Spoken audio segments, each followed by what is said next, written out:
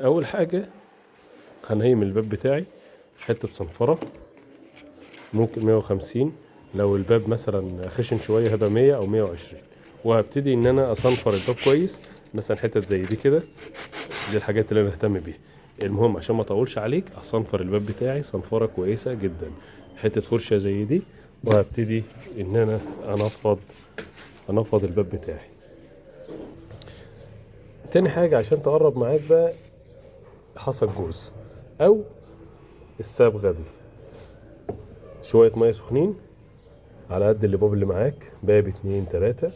هسيح الحصى الجوز فيها شويه ميه سخنين زي ما قلت لك، او بالصبغه.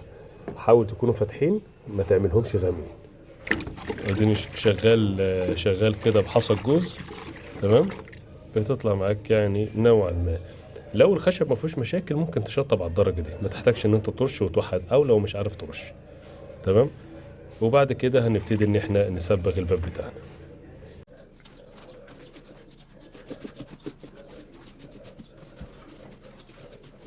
كويس. تمام. شكرا ليك.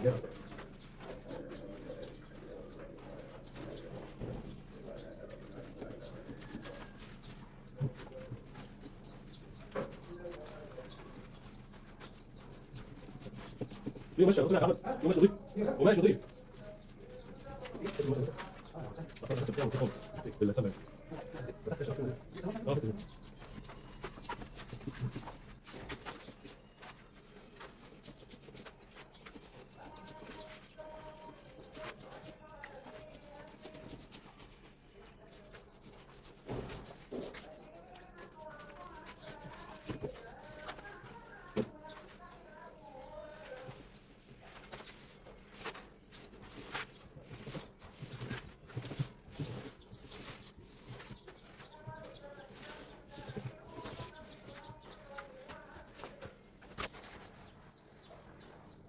نيجي بعد كده بقى لمرحلة الصلر. بعد ما صبغنا الابواب والحلوق كله تمام، نيجي بقى للسيلر بتاعنا، السيلر الميدو.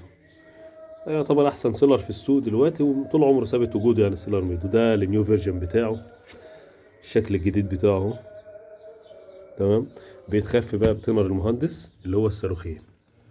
شوف لك باستيلا نظيفة، حاجة نظيفة زي كده من جوه، عشان التنر بيسيح أي حاجة، لو في بوهية ولا حاجة هيسيحها، فلازم تكون نظيفة. طبعا تقريبا الجالون ده في الغالب، يعني في الغالب بياخد حوالي ازازة من دي اللي هي الدبل. انت بقى عايز تعمل اسطوبينة، الموضوع ده شغل ناس اتقل شوية، فاحنا خلينا في الطبيعي مثلا. ده هتاخد تقريبا الجالون ده بياخد حوالي ازازة دبل من دي، عشان تخفي يعني خف اللي هو المتوسط المعتدل يعني. تمام. بس وبتفضي التنار وتقلب واحدة واحدة بقى. هتقلب كويس. تمام.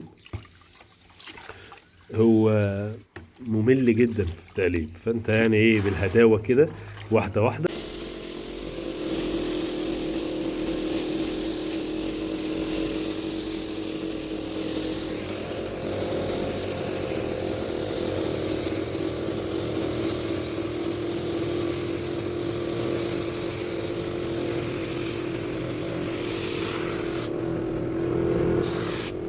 يجي دلوقتي دور حتة المعجون. هتعمل حتة معجونة بني بدرجة قريبة، وممكن تلونها بالسمكات العادية اللي هي اليونيفرسال ديت، وممكن برضو ان انت تلونها بالاكاسيد.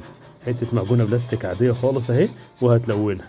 في ناس تقول لك بقى لازم غيرة وسبيداج وكلام من ده. انت مش طيار، انت صنايعي عادي خالص. والطيارين برضو بيشتغلوا بالطريقة دي، فانت توكل على الله واعملها المعجونة البلاستيك دي. انا طبعا مش عاملها درجه قريبه من الباب، مش فارقه معايا قوي، علشان لسه هرش صبغه فهوحد الدرجه. بس انت كمان ما تبعدش عنها يعني. طبعا الحل كله هيتسحب معجون زي ما انت شايف كده، عشان تاخد العالي في الواطي كله. تمام. ما تسيبش في حاجه، المعجونه بتبقى ضعيفه يعني. الحل كله هيتصنفر بالشكل ده كده. اسف، هيتمعجن كله. تمام.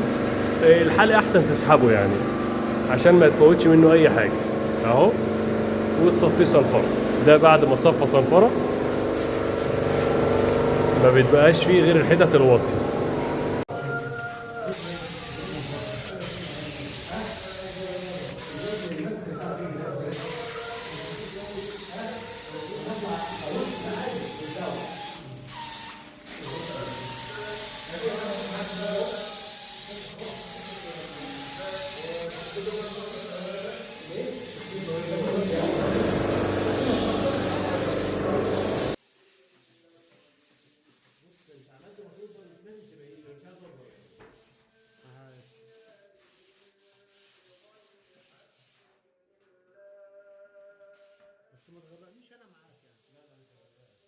دي مرحلة السيلر اللي هي بعد التلقيط، يعني احنا جهزنا الباب، لقطناه، صنفرنا كويس، نرجع نديله سيلر تاني.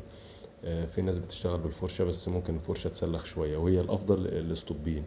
بس بيكون كل شغل على حسب وضعه، وانت راجل صنايعي محترف ولا لسه مبتدئ. فالرش هيبقى أسهل معاك، هو بيهدر بس شوية في السيلر.